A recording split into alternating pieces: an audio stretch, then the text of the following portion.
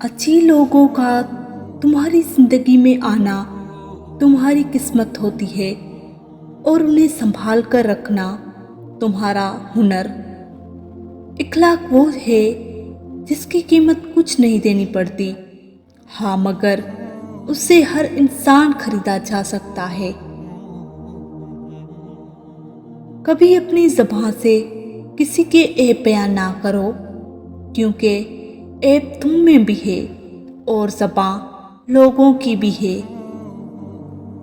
जब तुम्हारे दिल में किसी के लिए नफरत पैदा होने लगे तो फौरन उसकी अच्छाइयों को याद करने लगो। जो आदमी अल्लाह ताला के सामने अपनी आजिज़ी जाहिर करता है तो दुनियादारों की ऊंची गर्दनें उसके सामने जलीलो पस्त हो जाती है। दुनियादारों की सोहबत से परहेज कर, क्योंकि अगर तंग दस्त होगा तो तुझे हकीर समझेंगे और अगर ज़्यादा मालोदार होगा तो तुझसे हसद करेंगे।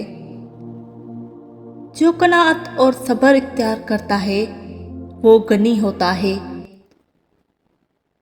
जो आदमी अपनी कदर आप नहीं जानता तो कोई दूसरा आदमी भी उसकी कदर नहीं पहचानता। जो आदमी अल्लाह ताला की बारगाह में इज्जत पा लेता है उसकी कोई गालिब से गालिब भी जलील और रुस्वा नहीं कर सकता। अक्लमंद वो है जो अपनी ज़बान को गीबत से बचाए और मोमिन वो जिसका दिल शक से पाक हो। नसीहत दूसरों के हाल पर गौर करने से हासिल होती है।